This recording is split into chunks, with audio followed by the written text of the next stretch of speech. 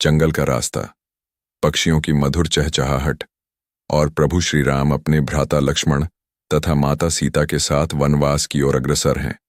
अयोध्या की सीमाएं पीछे छूट चुकी हैं और सामने आता है श्रृंगवेरपुर।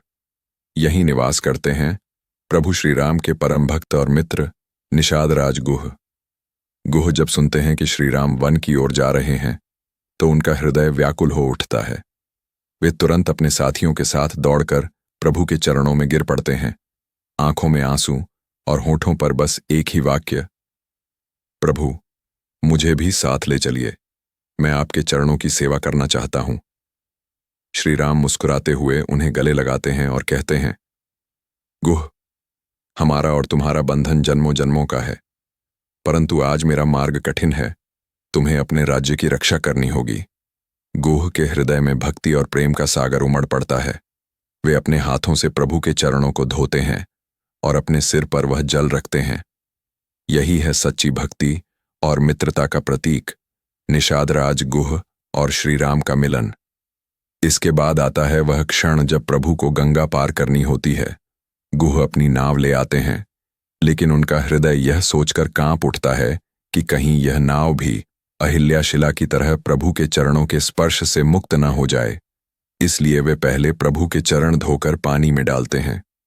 जब कुछ नहीं होता तब वे प्रभु को अपनी नाव पर बैठने देते हैं। गंगा जी की लहरें जैसे स्वयं राम के चरणों को स्पर्श करने को आतुर होती हैं।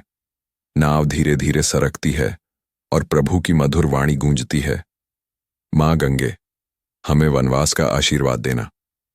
गंगा के पवित्र तट पर वह दृश्य आज भी श्रद्धा से याद किया जाता है। गंगा पार करने के बाद श्री राम, लक्ष्मण और सीता पहुंचते हैं भरद्वाज अर्षि के आश्रम में। वहां अर्षि उन्हें देखकर अत्यंत प्रसन्न होते हैं।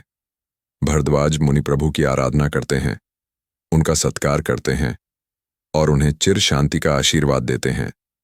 वे कहते हैं, हे राम, आगे का मार्ग कठिन है, परंतु तुम्हारे साथ धर्म स्वयं चलता है।